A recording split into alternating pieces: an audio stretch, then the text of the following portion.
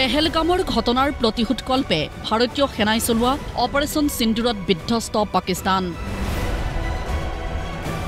ভাৰতৰ সামৰিক বাহিনীৰ প্ৰচণ্ড প্ৰহাৰত চকুৰে সৰিয়হ ফুল দেখিলে পাকিস্তানী সেনা আৰু পাক সমৰ্থিত সন্ত্ৰাসবাদীয়ে।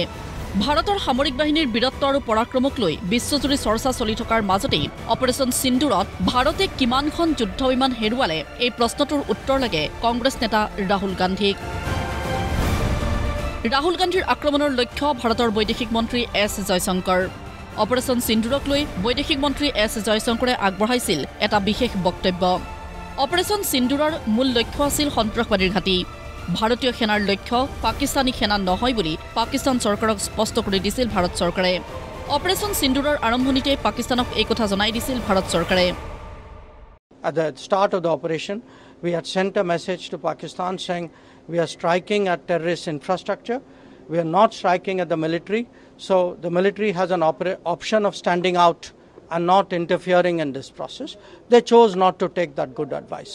দেশৰ বৈদেশিক মন্ত্ৰী এছ জয়শংকৰৰ এনে মন্তব্য গৰিহণা দি একচত ৰাহুল গান্ধীৰ প্ৰশ্ন, এয়া কেৱল সামান্য ভুল নহয়, এয়া অপৰাধ। দেশবাসীয়ে প্ৰকৃত সত্য জানিব বিচাৰিছে।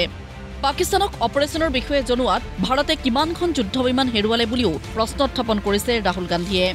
লোকসভাত বিৰোধী দলৰ নেতা ৰাহুল গান্ধীৰ এই টুইটৰ পিছতেই কংগ্ৰেছৰ সংবাদমেল। কংগ্ৰেছৰ প্ৰশ্ন, ভাৰতৰ বৈদেশিক মন্ত্ৰীৰ কূটনীতিৰ নমুনা এয়াই নেকি? अब ये सूचित करने का क्या मतलब होता है? इतना भरोसा है आपको आतंकियों पर कि आप सूचित कर देंगे और वो वहीं रहेंगे। आज जो देश के विदेश मंत्री हैं ये एक राजदूत रहे हुए हैं, आईएफएस ऑफिसर रहे हुए हैं। क्या इसको कूटनीति कहते हैं? माफ कीजिएगा, हमारी देहाती भाषा में इसको मुखबिरी कहते हैं, इसको कूटनीति नहीं कहते। অপাৰেশ্যন সিন্দুৰত ভাৰতৰ কিমান ক্ষতি হ'ল সেই বিষয়ে প্ৰশ্ন উত্থাপন কৰা ৰাহুল গান্ধী আৰু কংগ্ৰেছ দলক উভতি ধৰিলে বিজেপিয়ে। বিজেপিৰ মতে পাকিস্তানৰ সুৰতেই যেন সুৰ মিলাইছে ৰাহুল গান্ধীয়ে।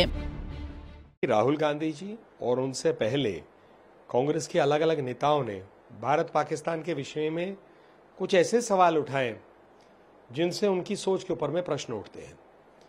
ये बात याद और स्मरण करना पड़ेगा कि जब जब भारत की नीति पाकिस्तान को लेकर हुई है, चाहे सर्जिकल स्ट्राइक, चाहे बालकोट, अब ऑपरेशन सिंदूर, कांग्रेस के अलग अलग नेता या तो सबूत मांगते हैं या अपनी सेना से उनकी बातों को ना स्वीकारते हुए उस पर प्रश्न उठाते हैं, सरकार पे भी प्रश्न उठाते हैं। अब जो बातें राहुल जी पूछ रहे हैं यही बातें पाकिस्तान भी बोल रहा है। तो अब राहुल गांधी जी और कांग्रेस पार्टी को तय करना पड़ेगा कि जो भारत सरकार कह रही है उस पर उनको ज्यादा विश्वास है जो पाकिस्तान सरकार, और ये तो केवल कांग्रेस पार्टी और उनके आला कमान ही कह सकते हैं। राहुल गांधी और कांग्रेस दलक नतुन भारतर शक्ति सामर्थ्यक লৈ प्रश्न उत्थापन नकरार आह्वान बीजेपीर। भारत की सैन्य शक्ति को, शौर्य शक्ति को सम्मान, सल्यूट और अभिनंदन। गोली का जवाब गोले से। ये मोदी युग है, ये माफी युग नहीं है। और जिस तरह से परखच्चे उड़े हुए हैं पाकिस्तानी पोस्टरों के, और आप देख रहे हैं जिस तरह से वीडियो सब जगह सामने लोग देख सकते हैं, साफ जाहिर है कि भारत की जो नई नीति है और ये जो नया भारत है ना, न्यू इंडिया, ये किसी तरह से बर्दाश्त नहीं करेगा किसी भी तरह से कोई भी प्रोवोकेशन के पाकिस्तान की तरफ से। ইফালে ৰাহুল গান্ধীয়ে বাৰম্বাৰ বৈদেশিক মন্ত্ৰী এছ জয়শংকৰক টাৰ্গেট কৰি থকাত স্পষ্টীকৰণ আগবঢ়াইছে ভাৰতৰ বৈদেশিক মন্ত্ৰালয়ে। বৈদেশিক মন্ত্ৰীৰ বক্তব্যৰ ওপৰত ভুল ব্যাখ্যা আগবঢ়োৱা হৈছে। অপাৰেশ্যন সিন্দুৰৰ বিষয়ে আগতীয়াকৈ পাকিস্তানক সতৰ্ক কৰি দিয়া হোৱা নাছিল। পাকিস্তান আৰু পাক অধিকৃত কাশ্মীৰত ভাৰতীয় সেনাই সন্ত্ৰাসবাদীৰ ঘাটিৰ ওপৰত আক্ৰমণ চলোৱাৰ পূৰ্বে পাকিস্তানক কোনো তথ্য অৱগত কৰা হোৱা নাছিল।